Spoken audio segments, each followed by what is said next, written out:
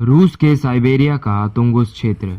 दिन था 30 जून 1908 का और घड़ी की सुइयां सुबह के 7:20 का इशारा कर रही थी। अचानक एक प्रलयकारी विस्फोट होता है जिससे एक विशालकाय क्षेत्र में एक आग का गुब्बारा सा उठता है। लगभग 25 किलोमीटर रेडियस के क्षेत्र में क्या मनुष्य, क्या जानवर और क्या जंगल, सब कुछ जलकर भस्म हो जाता है। हिरोशिमा और नागासाकी पर बरसाए गए परमाणु बमों की तुलना में कई गुना ज्यादा विध्वंसकारी था ये विस्फोट। लगभग 8 करोड़ वृक्ष विशुद्ध रूप से जलकर भस्म हो गए। इस विस्फोट की तीव्रता इतनी अधिक थी कि इसकी वजह से वहां की धरती पर रिक्टर स्केल पर 5 तीव्रता का एक विनाशकारी भूकंप आया। तबाही का ऐसा मंजर फैला कि उसके अवशेष इस घटना के 50 साल बाद तक दिखाई देते रहे। बात करें अगर घटना की, तो उस क्षेत्र के आसपास के स्थानीय प्रत्यक्षदर्शियों ने बताया कि उस समय उन्होंने आकाश में एक आग का गोला देखा जो सूर्य से भी ज्यादा चमकदार था। जिस जगह विस्फोट हुआ उस स्थान से लगभग 350 किलोमीटर दूर किर्नेस्क में अग्नि का एक विशालकाय स्तंभ यानी पिलर देखा गया। उसी समय एक छोटे किंतु नियमित अंतराल में एक विचित्र सी ध्वनि सुनाई पड़ी और ठीक इसी के बाद एक विशालकाय एवं भारी भरकम वस्तु जमीन से टकराने की आवाजें सुनाई दी और उसके बाद चारों तरफ सिर्फ तबाही थी।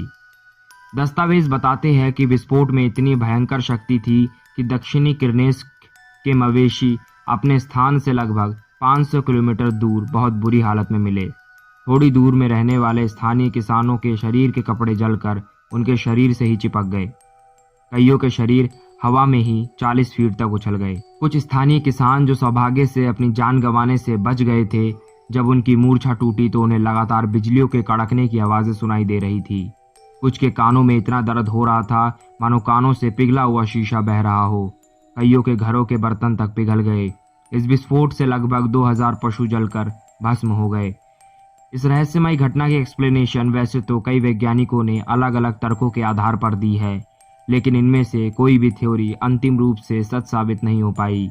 इस घटना के घटित होने के पीछे सबसे प्रबल संभावना किसी दैत्याकार उल्कापिंड के पृथ्वी से टकराने की थी। ज्यादातर लोग आज भी यही मानते हैं कि उस दिन धरती से एक विशालकाय उल्कापिंड ही टकराया था। लेकिन वहीं दुनिया के सामने एक तथ्य यह भी था कि हजारों साल पहले अमेरिका के एरिजोना में ऐसा ही एक उल्कापिंड टकराने से 315 मील चौड़ा एक गड्ढा धरती पर हो गया था, लेकिन साइबेरिया की धरती पर ऐसा कोई निशान नहीं था। इसलिए ये थ्योरी संदिग्ध सिद्ध हुई और इस पर वैज्ञानिकों में सहमति नहीं बन सकी। 1950 आते आते पूरी दुनिया में एलियंस और उनकी परग्रही सभ्यता के बारे में काफी चर्चा होने लगी थी। उसी समय के आसपास एक नई संभावना व्यक्त की गई जो साइबेरिया में घटी इस घटना को बिल्कुल अलग तरीके से एक्सप्लेन करती थी। इस संभावना के अनुसार एक अत्याधुनिक परग्रही सभ्यता ने साइबेरिया के वायुमंडल में नाभिकीय विस्फोट किया था, जिसकी वजह से वहां उतनी तबाही हुई थी। बाद में इस संभावना को एक ठोस प्रमाणिक आधार भी मिला जब सन 1958 में इस क्षेत्र में काफी मात्रा में रेडियो एक्टिविटी मिली।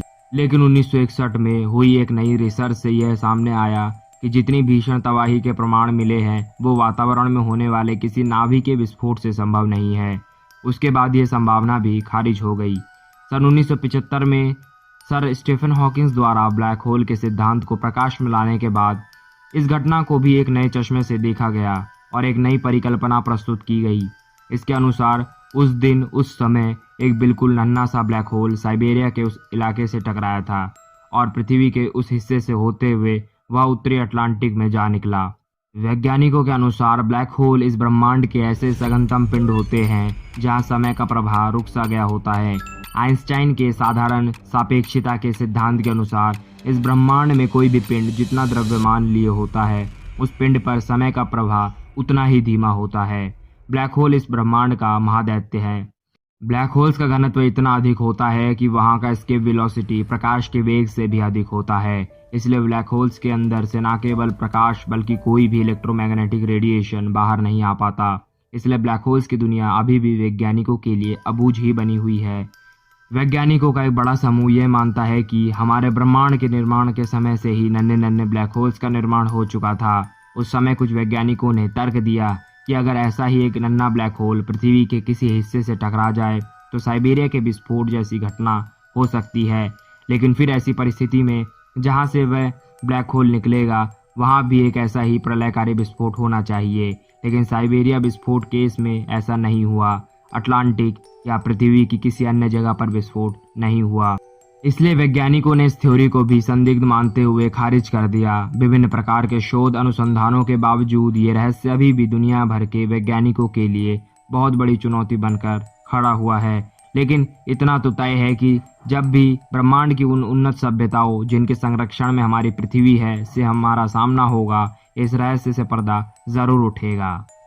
तो दोस्तों, आपने इस वीडियो में जाना साइबेरिया में घटा यह रहस्यमय घटना। आपने इस घटना के ऊपर पॉसिबल आउटकम्स के बारे में भी जाना। हालांकि वैज्ञानिक अभी भी इसके ऊपर किसी भी सिद्धांत पर नहीं पहुंचे हैं, लेकिन आपका क्या कहना है, आपका क्या विचार है, आपकी क्या राय है, हमें कमेंट बॉक्स में आप ज़रूर बता सकते हैं। और अगर आप हमारे चैनल पर नए हैं तो चैनल को सब्सक्राइब करके बेल बटन को ज़रूर दबा लें, क्योंकि हम ऐसे इंटरेस्टिंग वीडियोज़ आप लोगों को देते रहते हैं। वीडियो देखने के लिए धन्यवाद।